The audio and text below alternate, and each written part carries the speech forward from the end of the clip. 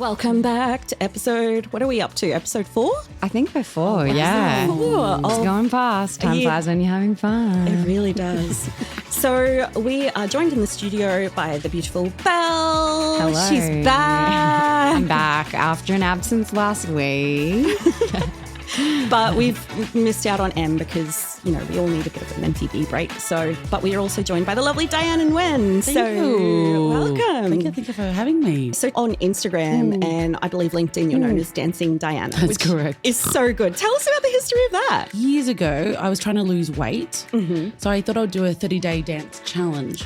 And I did it on Instagram and got new views. No one gave a shit about me dancing on Instagram. They're like, just another woman dancing, whatever. This is before TikTok became TikTok, Really? right? Yeah. So I was just dancing. And then my friend of mine was on LinkedIn. She was like one of the beta testers on LinkedIn. Yeah. And, for video. And she's like, do your stuff on LinkedIn, like upload your acting, your comedy and your dancing. And I did. And I went viral on LinkedIn. Wow. Hence how I am Dancing Diana. I've danced with people all around the world. Yeah, and I love it. That's awesome. Yeah. What does dancing mean to you, like apart from wanting to lose weight? Like you wouldn't have just kept doing it if it was just the weight aspect. So Well, I did a TED Talk about Dancing Diana on LinkedIn. And what I found is because I grew up with trauma, like I came from a domestic violent family. Oh, welcome to the club, girlie. No, and it was perfect. When I was 7 years old, we had to be housed at a women's refuge in Cheltenham. And next to our refuge house was a ballet school. And so we heard this beautiful music wafting in the air, classical music. And I said to my mum, what is that? So we walked across to the church with a community hall and there was ballet classes. And somehow my mum gifted me and allowed me in her Centrelink payments to let me do ballet. And I did ballet for 2 years. And that's when I realised that I am who I am now because the art saved my life. Yeah. And dancing allowed me to access something, which is my own therapy. Yeah. And I didn't know that until COVID happened. Yeah. That, wow, the arts has been so crucial to who I am and that, you know, I haven't flip-flopped to drugs or, you know, or some gutter somewhere because the art has just kept me flourishing. Yeah. And so that's where the dancing came from. Yeah. I was very much a similar situation. Like I got into comedy because a lot of domestic violence and trauma as a child and I needed an escape. And so when I was 13, 14, my dad, who was a single dad of 6 kids at this point, was able to find the money to put me in theatre arts. There you go. And like people hated that I hadn't done it my whole life because I couldn't afford it. And then I found the same thing when I came into comedy after not doing anything for like 12 years. I got that same reaction of like, well, you don't deserve to be in this space because you haven't earned your stripes, you know. And I think that's where that beautiful friendship has come with Belle and Em is because they both see that trauma and healing through arts is so important. Yeah.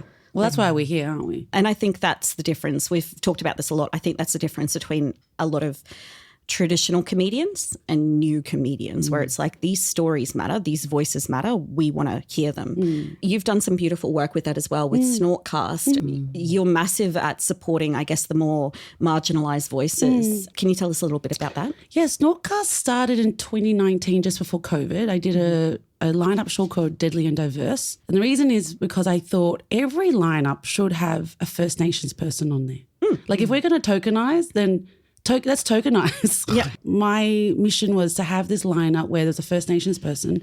We sold out the first show at Storyville and then COVID hit. And I was going to do it during the comedy festival as well. So I was really passionate about it. And, you know, and having a meeting with my housemate during COVID, he owned a restaurant in St Kilda. And so then we decided, let's combine my brain and his restaurant together. And we had Snortcast in St Kilda, Snortcast Comedy. And we had, I think, about 40 shows down there.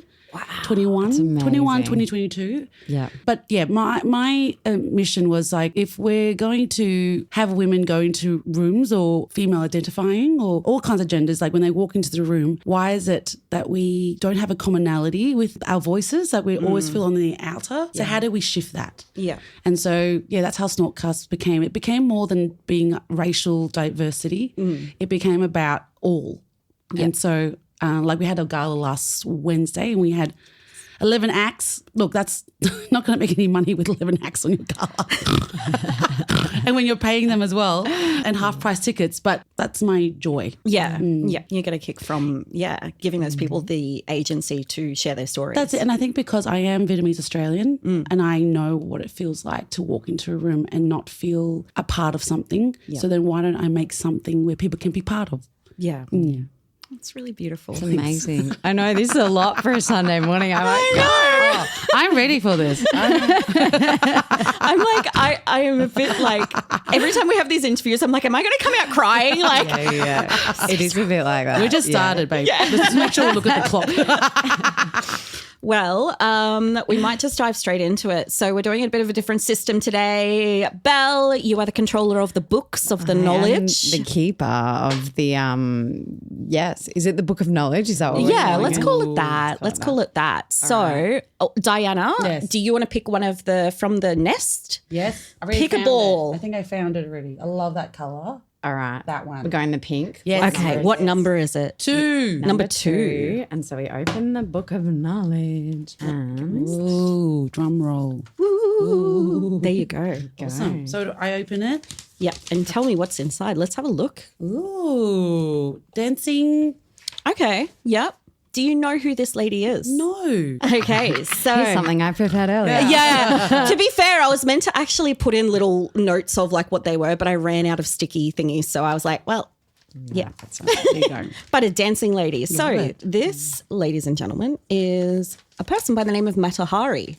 Yes. Okay. Yes. Didn't know the name, but I've heard of her. Okay, so what is your knowledge of Mata Hari? And it's okay if you don't know anything. She danced a lot. She does. She slayed the dance floor. She wasn't back then it wouldn't have been considered burlesque, but she was on the edge, wasn't she? She was. She was all You're looking at the wrong person. I know her tits were out. Her tits were out. Yeah, She gotcha. I really like sharing stories as well where we can acknowledge that people are good at one thing but terrible at another. Mata Hari is actually really interesting. She was a Dutch woman who claimed she was of Indian descent. Yes. We all get confused. Yeah.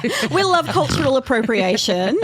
Anyway, so basically she made her life off pretending, because she was raised in the Dutch East Indies, she developed a Hindu dance art and she began performing under a different name.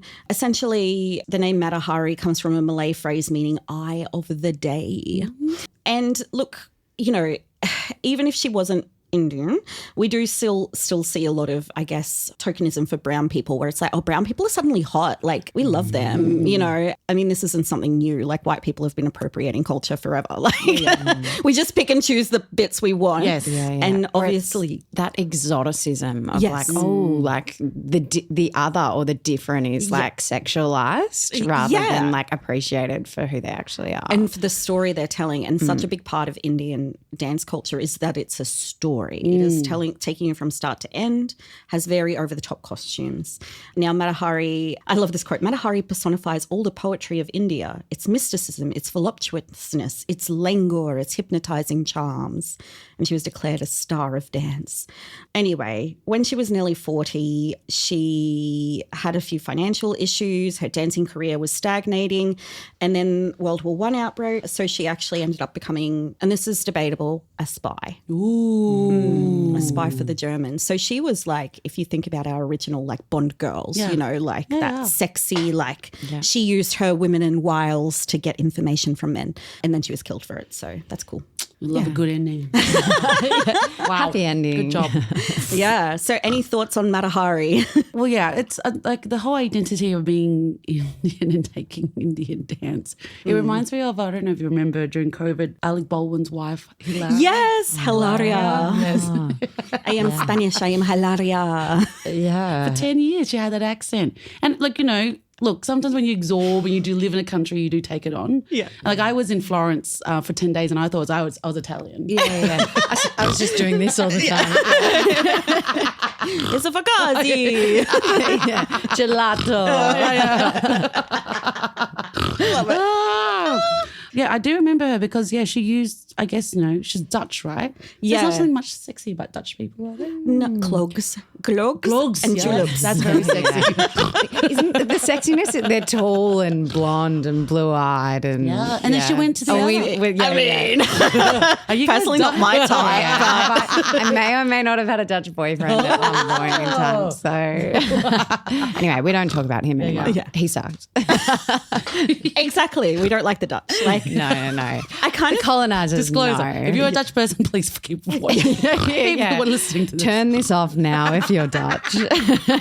we love all white people. We swear. Dutch people have never done anything problematic. It's fine, guys. No. Just be a spy. Yeah, just be a sexy spy appropriating Indian culture. So are they saying she's you just said she's the James Bond version of? Well, she's not the original, but she was a woman that was used to, get infos. Yeah. And we saw a lot of that as well with a lot in India and before it was known as Pakistan. Yeah. There's a TV show about it now, Hammurandi. Okay. Yeah. And it's talking about like courtesans or like, something similar and how women have always used their feminine wiles to outsmart men because men are like, ooh, boobies.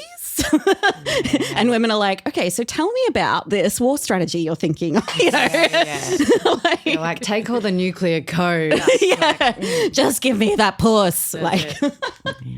Okay, next number. Let's go for it. Let's smash through it. Number 1. Ooh, a circle of women dancing. Number 1. Okay, so that's what you think it is. Oh, you are wrong. It's a sex act. Is it some kind of ritual? Yeah, or it's an orgy. Is there more in that all envelope? female. There should be a couple of ones. There in is that. actually. Yes. Oh, good job. Oh, fire burning. Looks like First Nations. Mm-hmm. Oh, and there's a big moose. And a big moosh. Yeah. Okay. Right. What's happening? What's the storyboard for this? What TV show are we writing today? Literally, this is a storyboard. Okay, so we're just going to go back to the start. This is going to be the longest bit, but I promise it's important. So the first recorded English use of the word Sabbath, which is where we hear it recorded about witches, was in 1660. It was a translation of a book called The World Surveyed. Okay. Now, it's important to acknowledge that they didn't always use the word Sabbath, but there was always this imagery of women dancing around with a devil-headed person that was usually a person of colour and usually had that headdress on that you can see in that. Yes. So the moose. The moose, the giant moose. Okay, so at the same time that this is happening, guess what is happening across the world? So at the same time we're saying women shouldn't be dancing together or celebrating, you have got Native American dancers. So that photo of the women dancing, it's actually from that same period of time. Gotcha. So that is when the English had invaded America, as we know it today, and they had settled Roanoke. Okay. And that was them drawing a picture of what they thought the native indigenous population were doing. And so you can see those similarities there between the women sitting around a circle with a devil-headed man versus, people walking around in a circle and celebrating. And then, of course, you've got corroboree, which is Indigenous Australians dancing around, So the reason why this is number 1 is because it's talking about, and we spoke about this last week, a lot of what we think is bad literally comes down like the same time the witch trials are happening, we're doing all this colonization as well.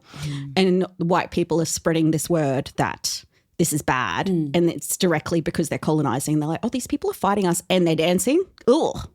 Yeah. So it's called Sabbath. The Sabbath, yeah. So the Witches' Sabbath. Well, so where does sabbatical come from? Yeah, so that comes from the Bible. So that's when white dudes get together. Oh, okay. Yeah. I did that last year. I didn't have a lot of white dudes around me. So it's basically stand-up comedy. When a woman walks into stand-up comedy room. That is a sabbatical. Yeah. But this is a witches' Sabbath. Like we're good. When we go to a dance class with women, witches' Sabbath different. So I have a witch healer who I've been seeing for 5 years. And when she does a chant when I'm lying down with stones on my head, she says in her singing, imagine your women dancing around you in a circle. Yeah. So, when you said that, I was like, I've been there. Yeah. Oh, my God. I want to know more about your witch healer. She's a healer as well. So I might get Em to test it out first. Yeah, she's absolutely. amazing. Witch healer. I love this. Yeah. So she, she's a witch. She says she's a witch and I believe her. Good. I love that. Good. I saw her in 2019. I went to a pussy revolution kind of workshop for 2 days in Brunswick. Like a yoni thing? I don't know. It was more like, no yoni. It wasn't like in depth, but it was just more like taking breath and time. Cool. With the collective of women in the circle. Awesome. And then Caitlin was there as the witch healer. And then I was really attracted to her because I was like, oh, I like your chanting. And I like, what's that, sage with the in the air. I need a little bit more of that. Absolutely. But she was very instrumental in my COVID healing in finding out what the moons do. I'm very aligned to the moon. Like when it's a full moon or a new moon, I'm always watching out for it. And so, so this is that's why I do it with Caitlin.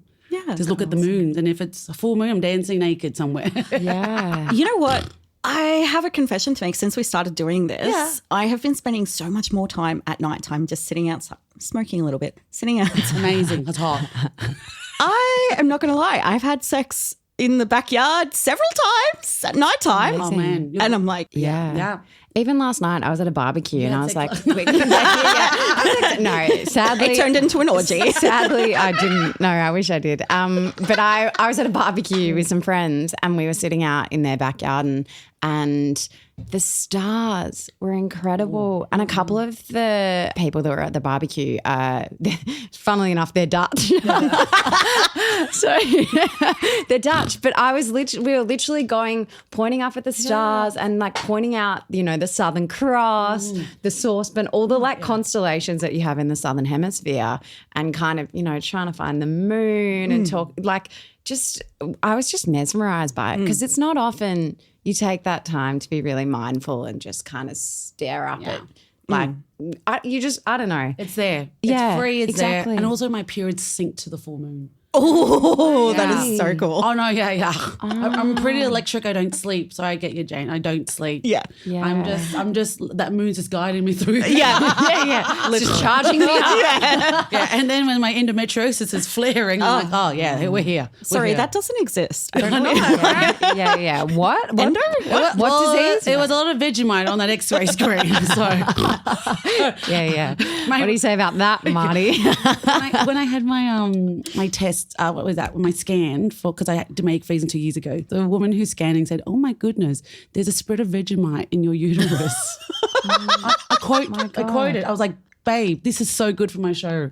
Yeah. I love that. You're like, I'm really Australian. Yeah. So it's like, this is a spread. And I was like, what? But I could see this spread. So when people say there's no endo, I was like, what the fuck is that? Someone's sperm that's been spread across over years. I've just clogged up my vagina. You need to get a plumber in there. I did a colostomy. Vagina pee.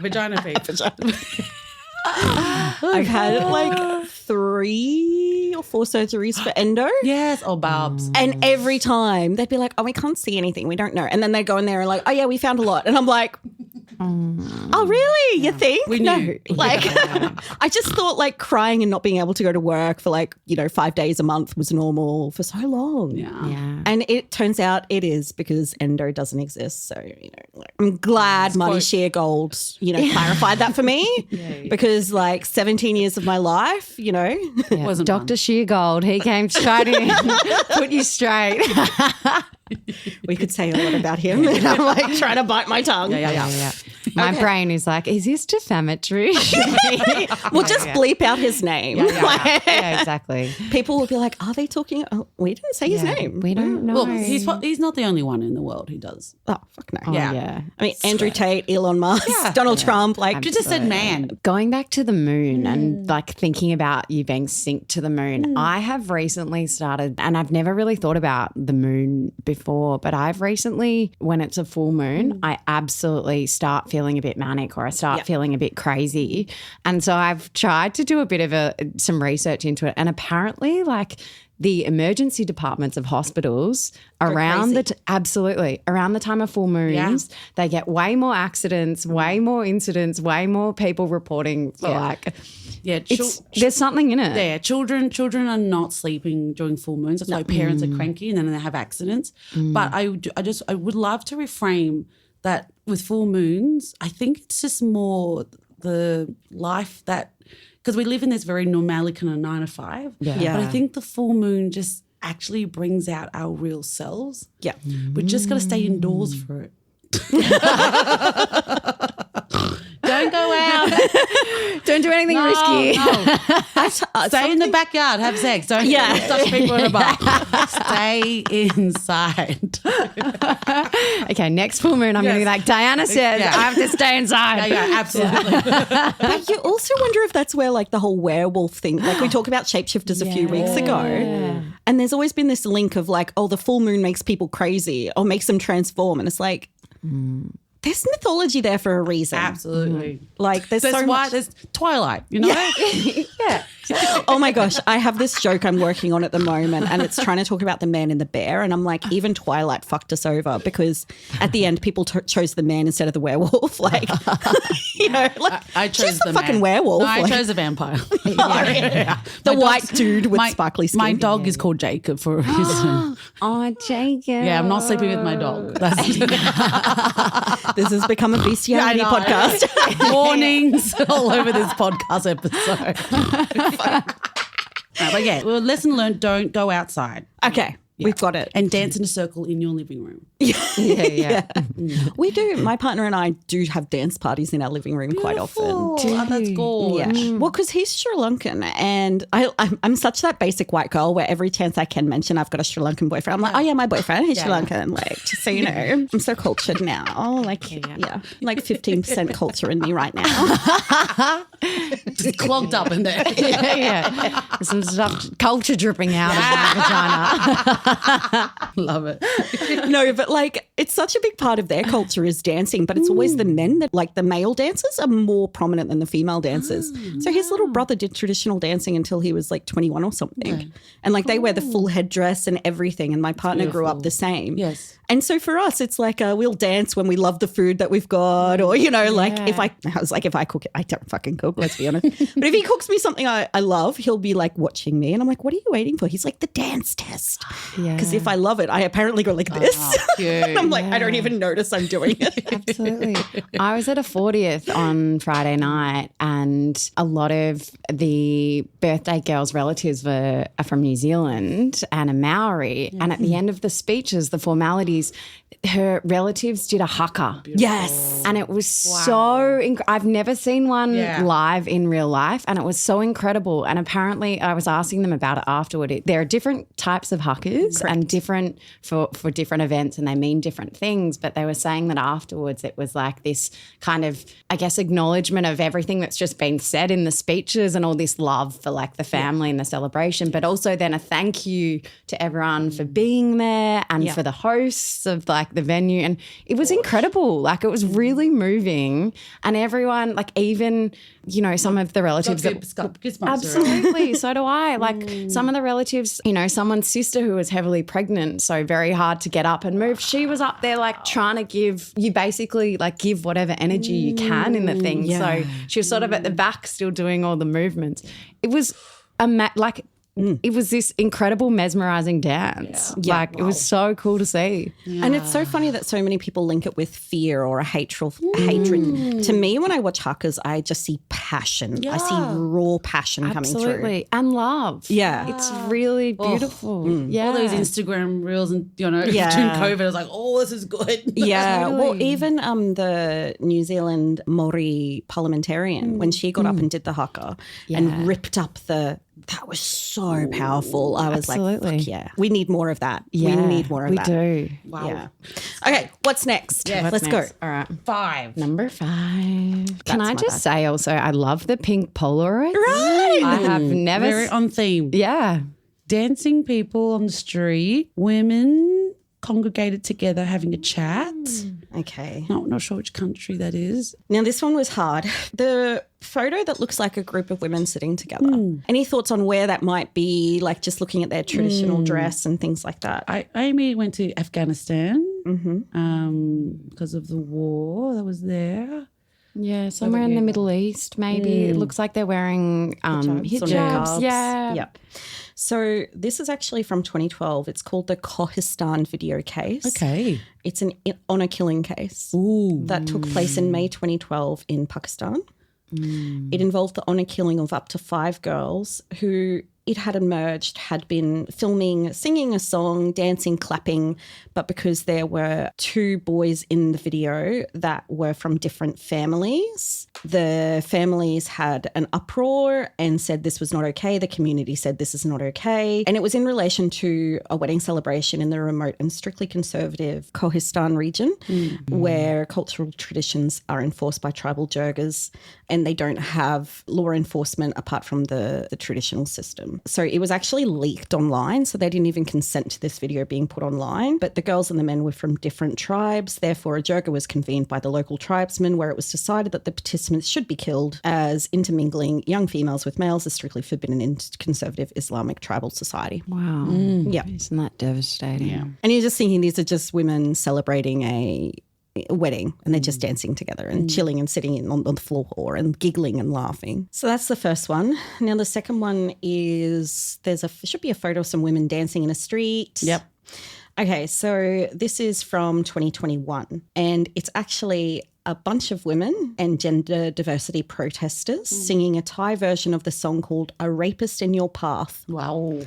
And it calls for the protection of women and LGBTQ persons in March 2021 because the Thai society has a big patriarchy, and we talked about this in the Shapeshifter episode. While they do have some facets that consider there are people that are a third gender, the reality is that there's still a ridiculous amount of violence that happens against women, and because a lot of it relies on tourism culture and white tourism, the amount of rape and murder that happens to either people who are this third gender or who are just, dressing up to make an income is ridiculous. So a bunch of Thai women and LGBTQ plus people came together and they just did these massive protests in Thailand, and that was their theme song, was this song called A Rapist in Your Path. Wow. So How powerful.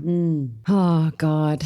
Yeah, I'm just digesting. Yeah. it's a lot to unpack. It's heavy. Yeah. This is a heavy envelope, I think. Yeah, and just recently with America changing governments and it's a bit of a mess. Yeah, and saying that they won't, we talked about this a couple of weeks ago, saying that they're only going to recognise 2 genders and things, and that kind of very rigid sort of binary thinking that I think some parts of the world are going into at the moment. Yeah. And it's not just a problem with America. It is, and this is why it's important to talk about in different countries. These patriarchal societies exist everywhere. And unfortunately, anyone who's other is usually taken down with them. So I mean, the thing that stands out to me from that image is that the people in the photo are just they look very joyous. They look very empowered. They look strong. They look happy. And it's kind of reminiscent of, for whatever reason, I was thinking, is it Carnival? They're perhaps not, they're not in costumes. They look like they're sort of in, everyday clothing, but it's that expression in Brazil of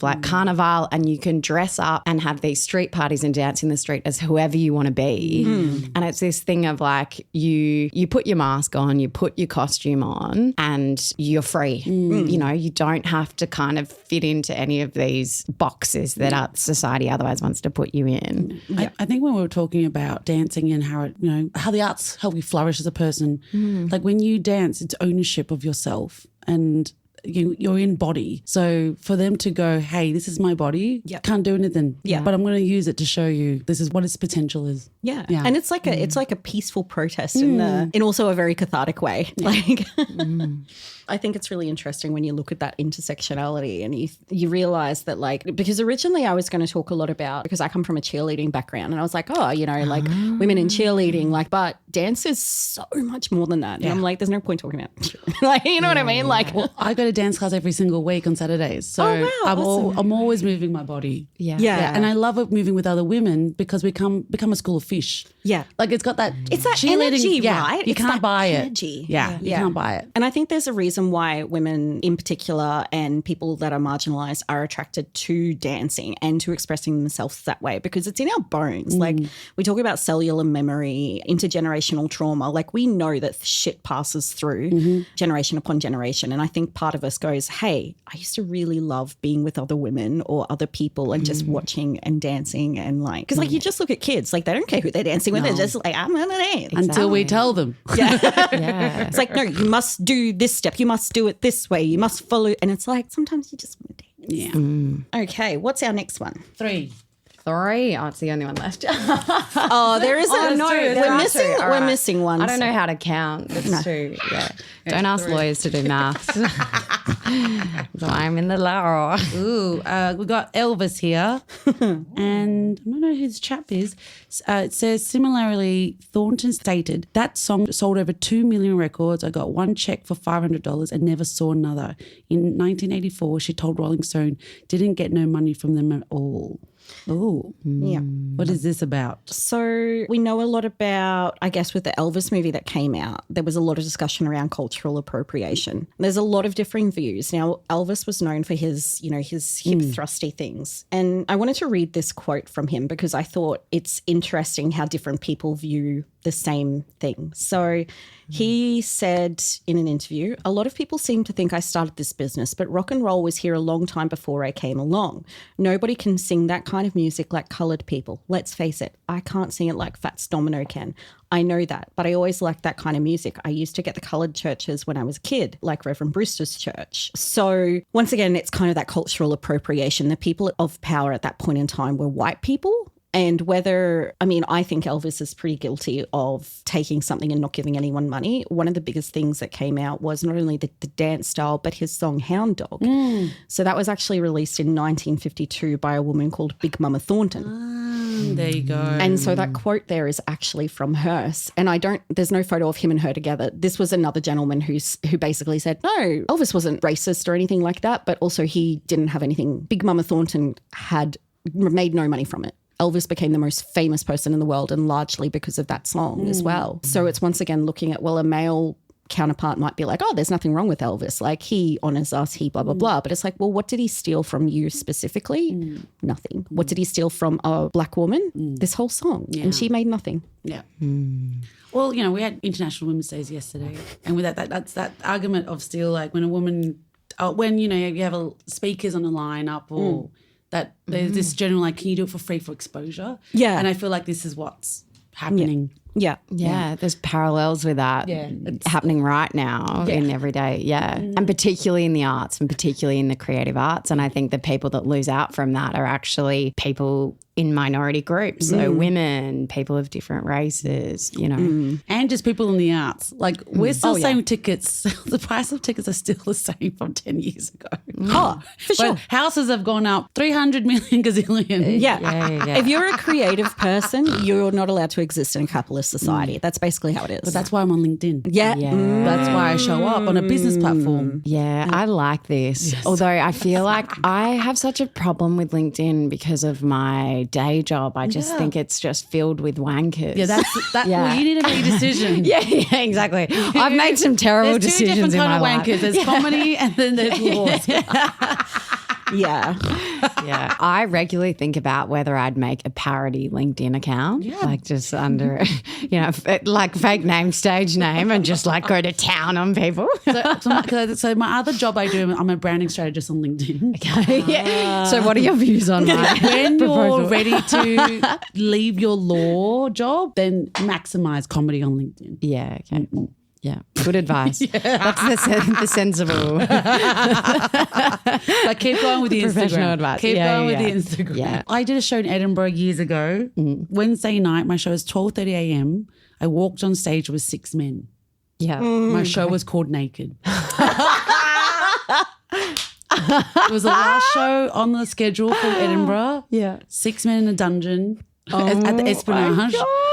And I went, all right, I've got to fulfill these guys. Yeah. So I got to satisfy each and every one of them. And it's one of my top 10 or maybe top 5 audience interactions I've ever had in my life, because in that moment I had to go, we need this whole trust thing right now. And that's why I think I love comedy so much, because you never know what that audience will give to you. Yeah. That's also kind of relevant as well, because we were talking about, oh my God, what if we don't sell tickets on a night, or if we don't actually have that bigger crowd?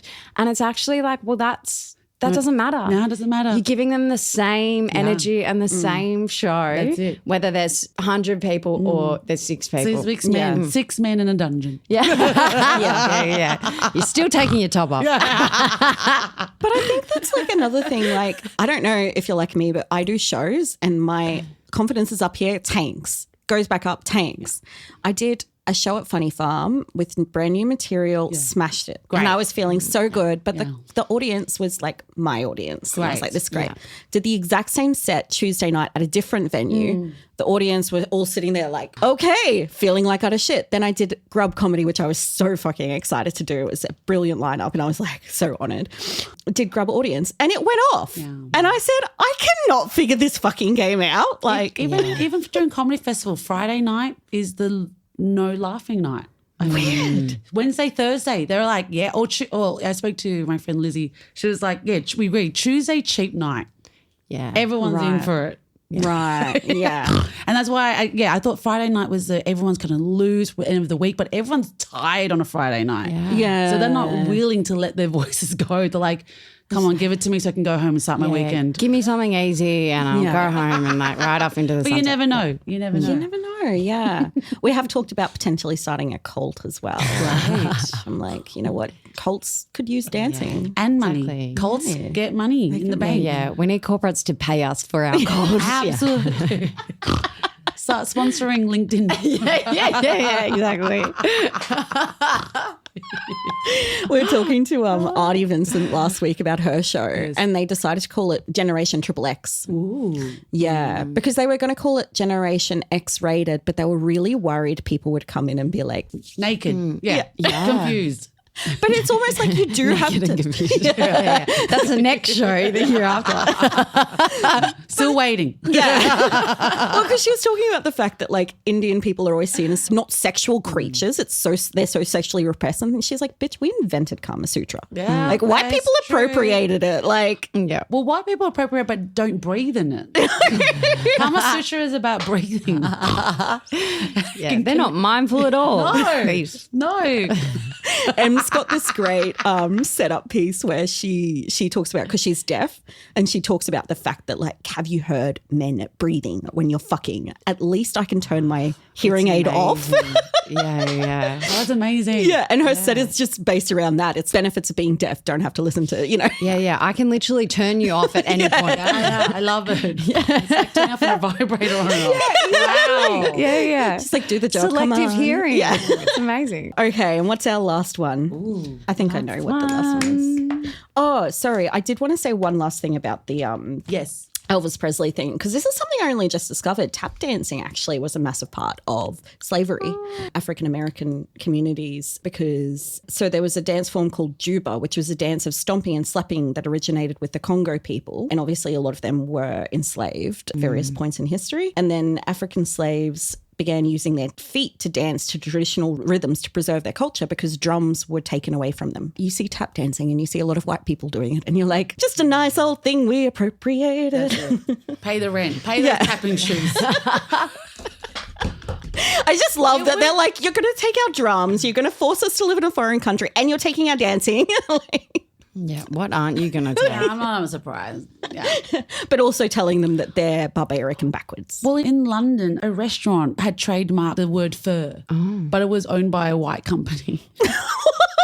Yeah, and there was a huge uproar. And then this company said, oh, we're going to release the trademark now because no one can own the word fur. I know, but some people just go, oh, I've got an idea, I've got to protect it. Yeah. But where did that word come from, guys? Yeah. But also, they're only going to do it after people, they're like, everyone been hates called us, out. so I guess we'll give it back to you. Yeah, Like, if no one found out, they would have Yes. been like, so weird. Yeah, exactly. Okay, so the very last Yes. one should be... Number 4. Okay, the upper side, I think it says, the other side. And 2 people doing a sketch. Sketch performers, Broad City. I haven't got into that show yet. It's like on my list of shows to watch when I have a moment. I have only just started watching it because I saw a clip on Instagram about the 2 main characters buying counterfeit designer handbags in New York. Yeah. And it's so funny. They literally get basically blindfolded and pushed into a car and taken into this room. They're just on the street being like, yeah, we want to look at this bag. And they're like, all right. And they basically kidnap them. Yeah. It's amazing. I need to watch it. Watch the original on YouTube. Oh, so they started on YouTube. Yeah, okay. Broad City. Then they got bought out into a TV show. But their stuff on YouTube was great. Okay, I'll go back and How many years ago? That was like 15 years ago. Okay. They've been around for a very long time. But once again, isn't that interesting that they're like they only get well known after? I think we ignore how creative other cultures are or other people are until we get to these points in history where it's like, oh shit, yeah, we should be watching and supporting other people because we keep getting fucked over by the same people. But isn't it also that thing of like, I just thought these guys had a Netflix, they're on Netflix or they're on. And they're comedians now too. Yeah. Women, we just keep evolving. Yeah. It doesn't Absolutely. stop. We can't, there's nothing they can't do. Yeah. And I think that comes into our show once again because we're very much talking about how men try to silo us into you're the mother, therefore you're at this age stage, you should be doing this. Or you should be getting married. Yeah. Why don't you want to be getting married? Why are you dating women? Like all of that stuff. Yeah. I had a male colleague the other day because I was talking about the comedy show to someone and I don't mention comedy often at work because of the reactions I get. And he said, I had dreams once too. I wanted to be a sports commentator, but I chose the better option, which was finance. And he just looks so like defeated and depressed. I'm like, you could do both. Yeah. Like crazy. But good on you. For people who don't want to do two jobs, stay in your lane so that we can do Yeah. us. We don't need people with more dreams. We don't need more male podcasters. White guys from finance.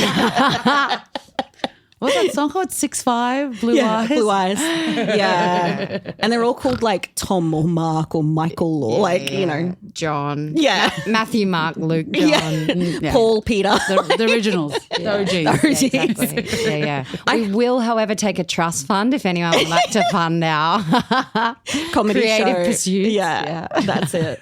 So the photos you're looking at here. So in the 1970s, there were lesbian bars and clubs that were popping up all around the place. And we've seen a number of intersections through history where women were like, I fucking want to wear the pants. I'm going to do it. And it comes down to this gender binary again. But these bars were allowing women to go and dance and dress up as either butch femme or stud femme or, dress how they wanted to dress without feeling like I've got to put up with all these men just staring at me and like objectifying me. And so a lot of women went there that weren't even lesbian, didn't identify as lesbian, but they were like, hey, this is freedom from this objectification. Yeah. It's a safe space. Yes. Yeah.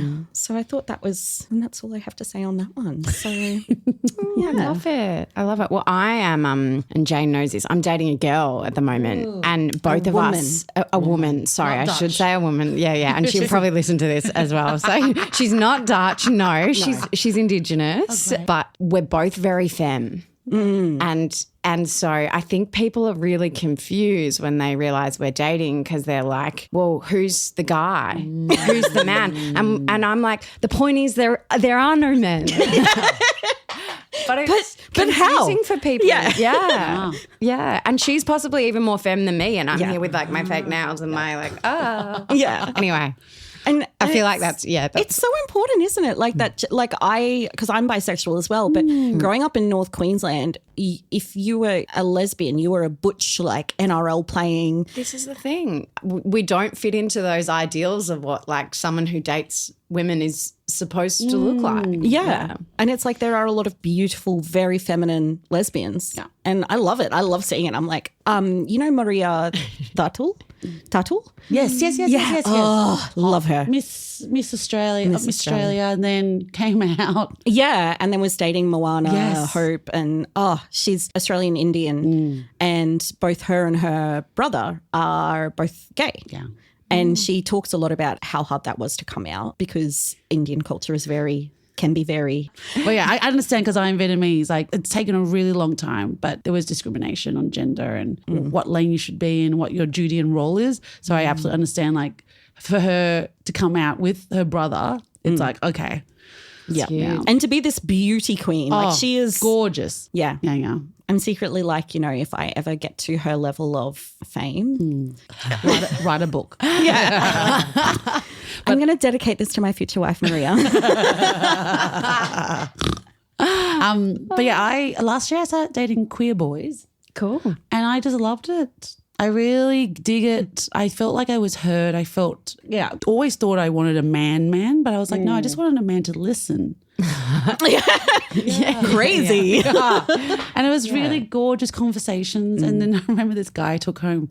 He really had massage oil in his bag on a first date. Gave me a half an hour massage. Yeah, and I was like, this is beautiful. That's incredible. Yeah, so I'm just, I'm open, everyone. Yeah. And I think that comes down to like the binaries are so important when we define love. And I didn't know what pansexual was, but I always describe myself as I fall in love with someone's soul first and then their appearance kind of second. And my partner and I often joke about that because we just vibe so well, but he's 4 years younger than me. He was born in Florence, grew up in Sri Lanka. How do we vibe so well? It's like, because we're just souls. Yeah. Like that's all it is. Met We're some souls. point before. Yeah.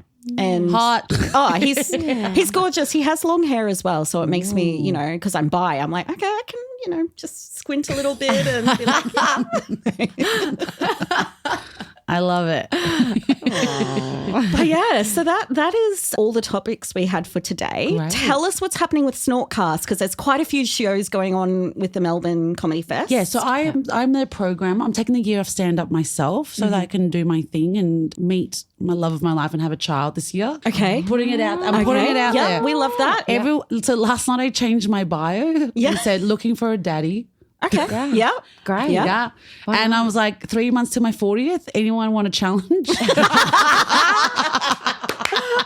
And I'm up for it. I'm very competitive. But yeah, I'm taking the year of comedy to concentrate on myself. And I think my audience is already, I think when you've done stand up for 9 years and they follow your dating life and you've talked about freezing eggs, I think they're ready for me to have a baby. They're like, when is it hatching? I know. Come on. Come on, it's Groundhog Day. Every the fucking fans year. what they want. I'm going to give them a fucking baby. And I'm going to call him Keanu. I love it. Yeah. But Snortcast Comedy, we're partnered with Storyville. We've been doing that for 5 years. And we've got 14 shows just full of different diverse comedy. So not just stand-up. Because I'm also a clown myself and I'm an actor. I just want to show the world that laughing doesn't come from just speaking. And so we've got all kind of shows. Go check it out and support local art. And we've got some international acts as well. But go and put your money into someone you don't know. Take a risk and see what happens to you after that. Yeah, because I think that's the thing with comedy and art in general. Like, it may not be a story that you've ever heard before. It may not be like your upbringing, but it doesn't mean it doesn't have value. Yeah. Well, it's just laughter. I remember laughter is just so universal. Yeah. And so if you can just connect in that whole laugh in that room, catching that laugh, I feel that that's the most human thing that we do as comedians and such a gift. So if we can help make a whole room laugh that we've never met each other and just get them to do it together, I'm like, no, we're superheroes, essentially. So best of luck for you too. And of course, we have to do the obligatory buy tickets to our show, please. Belle is anal and she's like refreshing the ticket page like every 5 minutes. She'll send us a text message. She'll be like, I know I said I wasn't going to do it, but every hour. It's like the cuckoo clock. I'm like, quick, check red 69. Well, thank you so much for listening. We are looking forward to seeing you at the show because if you're listening to this, you're definitely coming to the show. And we'll catch you guys next time.